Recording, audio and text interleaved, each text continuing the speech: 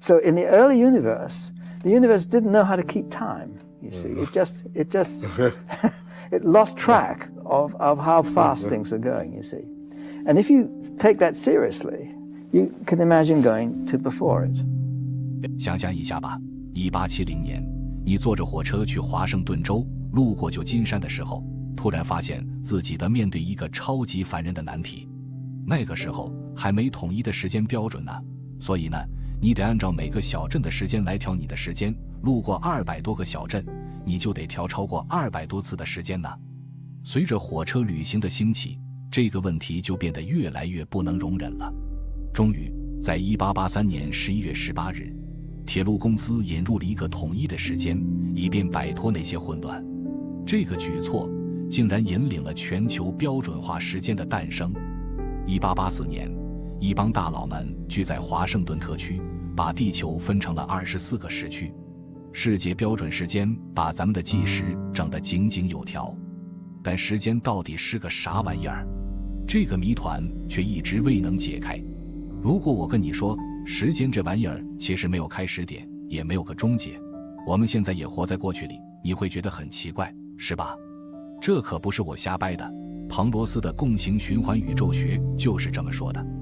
彭罗斯，这位大脑神奇的科学家，他有个超级独特的主意。他表示说，我们现在其实还活在一个没有时间的过去里，就像是时间从来没有过开始，过去一直在那儿，从来没离开过。根据他的看法，那个著名的大爆炸理论说的是宇宙是从一个巨大的爆炸开始的。彭罗斯认为这可能是错的，他觉得宇宙不是从砰的一个爆炸开始的，而是一直在一个循环的轮回中，过去、现在和未来其实都是一体的。挺疯狂的，对吧？但这也是科学探索的魅力所在，总是有新的理论让我们大吃一惊。所以呢，按照彭罗斯的说法，我们说的过去其实还在，咱们一起来探索探索吧。 Now, for a long time, if anybody had asked me what happened before the Big Bang, I would have given the conventional answer, which is Big Bang was this singular state when all our equations go haywire and time and space, doesn't make any sense. Even the question before doesn't mean anything, you see. So that's the conventional answer, you see. Now have changed my mind. I'm not sure it's fair to say I've changed my mind, but I have another idea which I'm pursuing, which I think has a reasonable chance of being right. And this depends upon how you characterize the initial state of the universe. So what I'm saying is that the gravity was special. Everything else seems to have been as random as it could be. Now, can you characterize that in some geometrical way? 彭罗斯这位数学物理大神，他的共形循环宇宙学理论可真是够炸裂的。这玩意儿完全颠覆了咱们对时间和宇宙起源的传统看法。要弄懂他那套关于过去一直存在、时间起点是个空谈的想法，咱们得先搞明白这个理论的来龙去脉。彭罗斯在努力把广义相对论和量子力学拉到一块去，同时还想解开大爆炸那个谜一样的起点。他的出发点是对广义相对论里预测的起点这事儿不满意。起点就是那个引力强到爆表，让我们现在的物理知识都崩盘的地方。尤其是大爆炸起点，它让人们对宇宙如何诞生、时间的真面目等问题上感到头疼，尤其当前面临着詹姆斯·韦伯太空望远镜探测到的一些新的现象。彭罗斯的解决办法就是这个共形循环宇宙学，简单来说，就是一个宇宙接一个宇宙，没完没了，没有所谓的开始，也没有所谓的结束。这个理论里的共形概念就像是一种数学的魔法，让无限的定义扩展开来，提出了一种新奇的共形无限的想法。彭罗斯说，宇宙不是只有一个起点，而是一个接一个的循环，通过这种神奇的共形转换联系在一起。这个理论的核心是共形几何，这是一门专门研究如何在保持角度不变的同时转换距离的数学分支。A universe of angels and devils, and they're all within this circular boundary. And at the edge, you see, that's infinity. And the whole universe is squashed into this disk. Now, if you forget about the size of those angels and devils and just worry about shapes, then doesn't matter how big they are. The little ones at the edge are the same sort of shape as the ones in the middle. But if you are prepared to stretch and squash in a uniform way, okay, that you could stretch that boundary out to infinity, or you could squash it back to this finite boundary. Now, there is a universe, and the universe in this picture stops at the edge, that's infinity. But you could imagine extending it to the other side and preserving this kind of geometry. It's called conformal geometry. That's a mathematical term, which means that, okay, you know about shapes, small shapes, but you don't know about sizes. So small and big count as the same, but different angles count as different, or different small shapes count as different. 彭罗斯就像个魔法师，用共形几何这个超酷的工具来揭秘宇宙那无边无际的空间。他就像在玩拼图，用一种特别的转换手法，把宇宙的不同时代巧妙地连在一起。想要真正弄懂他的共形循环宇宙学，咱们得深入挖掘一下共形几何这个东西。这种共形转换就好像是保持物体形状不变，但大小可以随便变的魔法。它给我们提供了一个独一无二的视角，让我们能够理解宇宙是怎么演化的。在共形循环宇宙学里，这些转换就像无形的线索，把整个宇宙网巧妙地缝合起来。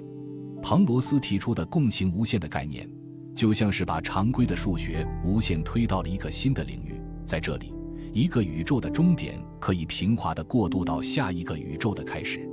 这种摆脱单一起点的做法，真是给传统的宇宙模型来了个大挑战，也为一个无限、互相连接的宇宙景观铺平了道路。彭罗斯的宇宙周期可视化，就是通过他那一系列超牛的图表实现的。这些图表就像是把时空的复杂三维几何形状浓缩成了一个简单的二维图像，它们就像宇宙的蓝图，向我们展示了宇宙在不同时间段的演变。这些图表对于理解共形循环宇宙学的周期性质至关重要，它们揭示了每个宇宙周期是如何经历膨胀、收缩和更新的不同阶段。通过把共形转换的时空映射到一个二维平面上，这些图表揭示了那些看似不同时代之间的神秘联系。想象一下，共形循环宇宙学就像是在挑战一个超级难的谜题，宇宙起源中的那些起点。起点就是那个引力强得离谱的地方，让物理学家们头疼不已。彭罗斯超牛的一点在于，他用一种炫酷的量子大跳跃来应对这个挑战，把量子力学和广义相对论在共形几何的框架下搞到一块去了。在他的理论里，那些神秘莫测、密度无限的起点变成了充满量子不确定性的一片区域。这种量子视角就像是给我们的宇宙起源理解戴上了新眼镜，还在之前的宇宙论中加入了一些超细致的量子层面的细节。当量子力学遇上广义相对论，在共形循环宇宙学中，这种结合好像在承诺揭开宇宙最早时刻的神秘面纱。在这个共形循环宇宙学的量子引力世界里，共形波动就像是宇宙更新的使者。这些波动深植于量子力学的不确定性，就像是一种魔法，帮助宇宙过渡到不同的纪元。随着宇宙经历着膨胀和收缩的阶段，这些共形波动就带来了一些不可预测性，像是在推动宇宙的循环。这种量子共形波动就像是搭建起了宏观世界和量子领域之间的一座桥梁，提供了一种让宇宙不断自我更新的机制。想象一下，共形循环宇宙学就像是给宇宙的故事加了一层奇幻的外衣。这里面的量子波动，它们不仅仅是波动而已，而是把整个宇宙的循环本质和动态性都紧紧联系在一起。这种量子视角，它不仅重新定义了起点是什么玩意儿，还彻底改变了我们对宇宙演化过程的理解。随着共形循环宇宙学抛出宇宙循环本质的全新观点，科学家们就得找证据，证实或是推翻这个颠覆性的想法。其中一个蛮刺激的挖掘地点就是宇宙微波背景。这种遍布宇宙的微弱辐射，被认为是早期宇宙留下的印记。彭罗斯的理论预测，在这宇宙微波背景里，可能藏着上一个宇宙周期的细微痕迹。要研究这些痕迹，科学家们得分析宇宙微波背景的温度变化和极化模式，搜寻符合共形循环宇宙学预期的那些异常现象。现在咱们处在引力波天文学的新时代，共形循环宇宙学提供了一个超级吸引人的新探索方向。引力波，这种由大质量物体加速运动产生的时空波纹，给研究者们提供了一个独一无二的看透宇宙结构的视角。在共形循环宇宙学里头，这些引力波可能会揭露宇宙周期间共形转换的那些微妙波纹。寻找和共形转换相关的引力波，这成为了当代观测宇宙学的最前沿任务了。当然，挑战也是蛮大的，得把这些特殊的宇宙特征从宇宙中那些成千上万的引力波源头中区分出来。想象一下，科学家们像是在玩一个超级复杂的太空探测游戏，他们正在拼命开发各种高级探测器和分析技术，目的就是要捕捉到那些如彭罗斯共形循环宇宙学里所暗示的那些特别的信号。彭罗斯提出的这个共形循环宇宙学的观点，它不仅仅是个新理论，简直是对我们理解宇宙时间结构的一次大范围的革命。彭罗斯的论点的核心就在于他对时间本质的深入探索。传统的宇宙模型通常都是假设宇宙从大爆炸开始，然后按照一条从过去到现在再到未来的直线发展。但彭罗斯不这么看，他挑战这种直线时间观，提出了一个时间永恒循环的全新视角。他的论证就是要颠覆那种时间是从一个固定起点开始，然后一直向前走的传统观念。在共形循环宇宙学里，时间其实是循环的，每个时代都是宇宙膨胀、收缩和更新的一个循环周期。这种循环观点不仅重塑了我们对时间的理解，还带来了一个惊人的观点：过去不只是遥远的记忆，而是一种持续的、活生生的现实。这个理论的循环本质意味着宇宙在永恒的更新和演化，每个时代都见证了宇宙的膨胀、收缩和重塑。这种不断的循环消除了对一个确定起点的需要，对传统的宇宙起源模型提出了挑战。彭罗斯的这个观点意味着宇宙不是从某个单一的开始点起步的，而是在经历一个没完没了的宇宙迭代循环。这种永远的更新带来了一种持续性和跨宇宙周期的相互联系，展现了一个全新的宇宙框架。在这个框架里，过去不只是历史记录，而是在塑造我们的现在和未来方面扮演着积极的角色。想象一下，有些批评家就像是在质疑彭罗斯那种宇宙不停循环的观点，说这玩意儿在哲学上有点说不过去，挑战了咱们对存在和现实本质的直觉。但彭罗斯可不这么认为，他觉得我们的直觉可能只是被日常生活中那种时间一直往前走的视角给局限了。再说，还有人对彭罗斯把量子力学和广义相对论在共形循环宇宙学里的混合表示怀疑。他们质疑这两大现代物理学支柱在共形循环框架里能不能真的和谐共存。但彭罗斯对此很有信心，他坚信共形几何就是把这两者结合起来的完美数学支撑。确实，量子力学和广义相对论的结合听起来挑战重重，但彭罗斯相信这能解决长期困扰科学界的起点问题。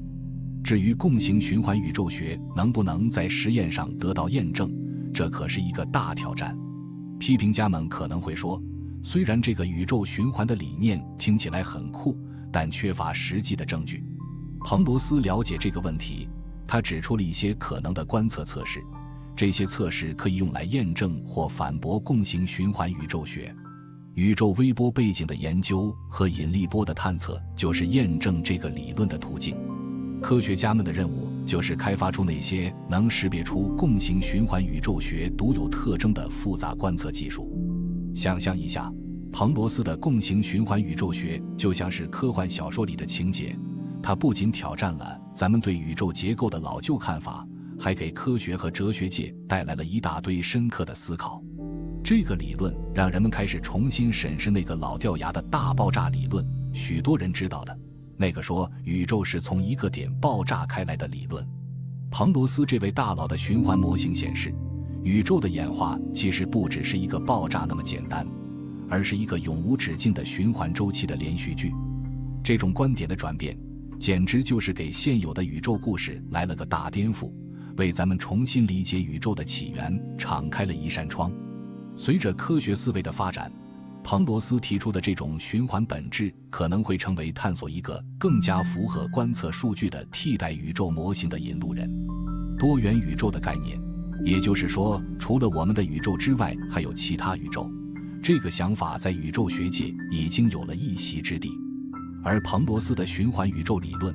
对这个多元宇宙假说提供了一种全新的视角，不像是好几个宇宙在同一个时间并行存在。彭罗斯的理论暗示了宇宙是一个接着一个出现的循环序列，这就引出了一个问题：彭罗斯的共形循环宇宙学和其他宇宙论理论，比如宇宙膨胀理论，能不能兼容？宇宙膨胀理论说宇宙在早期阶段经历了疯狂的膨胀，研究人员面临的挑战是，他们得弄清楚这个循环框架是不是真的能和多元宇宙的理念相融合，还是说它会给多元宇宙的想法带来挑战。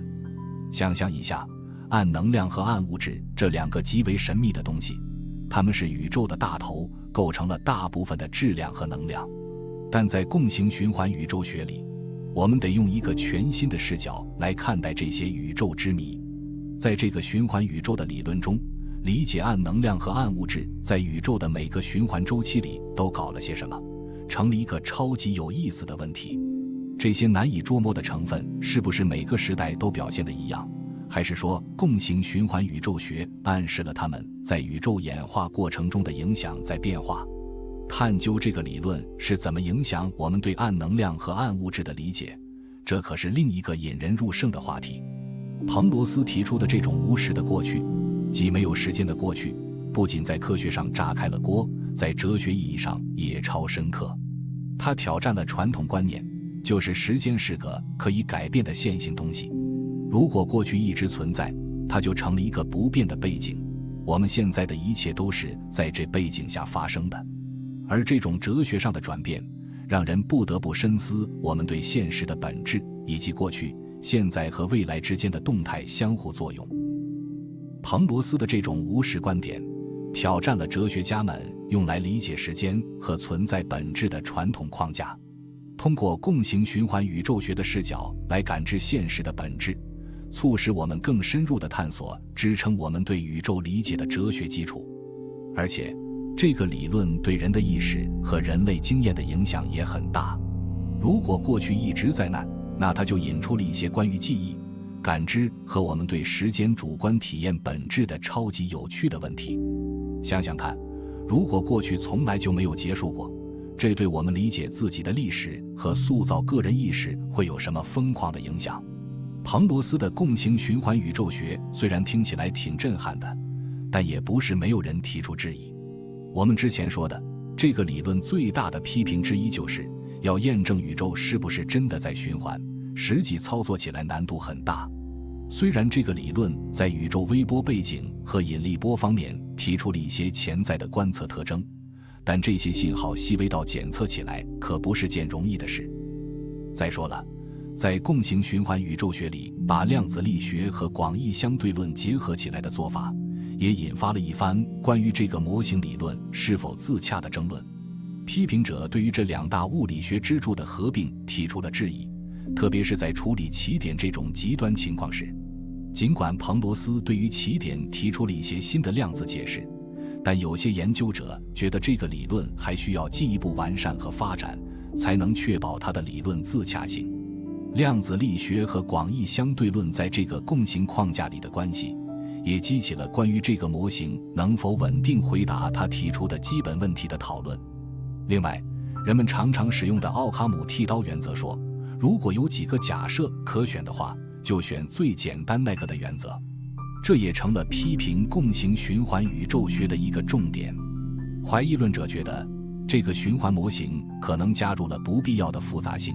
尤其是在有像标准宇宙学模型这样更简单的、有单一起点的解释可用的时候。想象一下，彭罗斯的共形循环宇宙学就像是在走钢丝，得平衡它那种解释宇宙的优雅与复杂度。一些批评家就跳出来说了，这个理论里的共形转换、一连串的宇宙纪元和那些高深的数学结构，可能都是自找的麻烦，感觉有点人为制造的复杂性。在另一边，有些人赞同永恒膨胀理论和多元宇宙假说。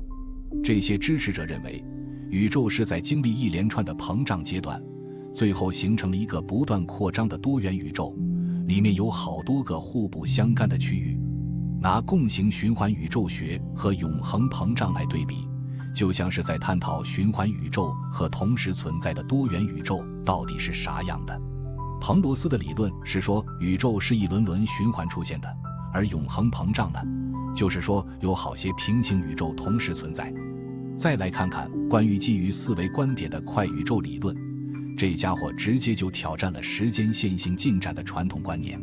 根据这个理论，过去、现在和未来都是四维时空块的永久元素，它们共存着。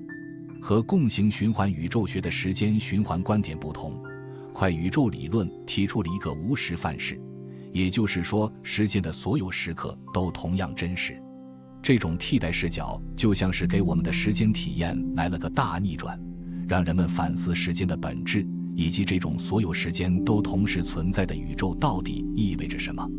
最后，咱们还得谈谈寻求量子引力理论和基本力量统一，这可是理论物理学的一大核心主题。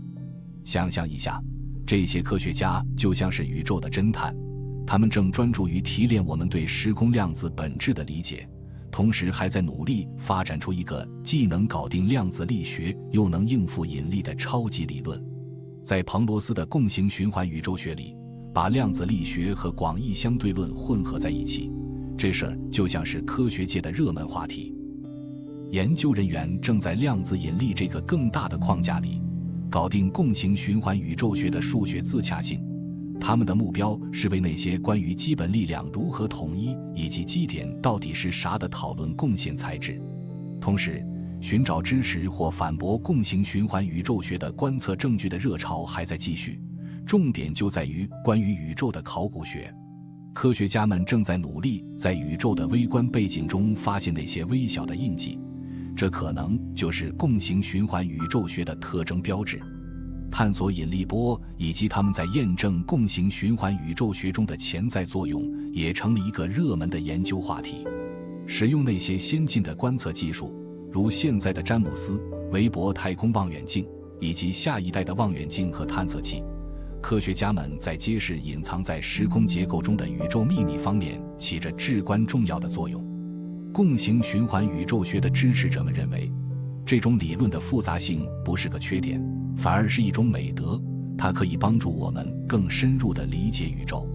这个理论里的数学结构、共形转换和循环本质提供了一个框架，帮助解决了宇宙学长期以来的一些问题，比如基点是啥，以及宇宙是怎么开始的。从这个角度看，复杂性其实是揭开宇宙奥秘的理论的一个关键部分。想象一下，共形循环宇宙学就好比是跳出了传统的简单框架，被看作是向着一个更全面的宇宙理论迈出的必要一步。这个理论能够包容宇宙结构中那些天生的复杂性，但另一边，批评共形循环宇宙学的人就强调奥卡姆剃刀原则，强调理论越简单越好的原则。从他们的视角来看，坚持宇宙是从一个单一起点开始的更为简单的模型，比如标准宇宙学模型在简单的优雅和说服力上会更胜一筹。这场关于复杂性和简单性的辩论，其实反映了塑造宇宙论理论的一些更深层次的哲学思考。随着科学家们努力解决共形循环宇宙学及其替代方案的复杂性，找到复杂性和简单性之间的平衡，成了围绕宇宙本质的讨论的一个关键点。把量子力学和引力结合起来，这还是理论物理学中的一大挑战呢。未来宇宙学探究的方向之一，就是提高我们对量子引力的理解，并完善那些统一宇宙基本力量的理论。科研的重点在于解释时空的量子本质，发展一个自洽的数学框架，同时还要探索一些新的方法来统一量子力学和广义相对论。想象一下，随着这些头脑风暴级的基础科学领域的发展，包括共形循环宇宙学在内的各种宇宙模型，它们就像是在给理论物理学的发展路径上添砖加瓦。宇宙学的未来探索和那些观测技术的进步紧紧相连。我们现在有了更灵敏的望远镜、探测器和干涉仪，它们让我们以前所未有的精度去探测宇宙，就好像是宇宙版的显微镜。这些不断的进步就为宇宙的考古学领域开辟道路。在这个领域里，科学家们正在宇宙微波背景和引力波中寻找那些微妙的印记，这些印记可能会证实，也可能会挑战共形循环宇宙学。理论框架和观测技术之间的合作，对于推动我们对宇宙了解的边界至关重要。让我们拭目以待。感谢您观看这个视频。您认为时间是无始无终，存在无时的过去吗？请留下你的观点。关于宇宙无始无终的视频，请观看左上角的视频。请订阅我们的频道，以免错过重要的有关科技新概念的精彩报道。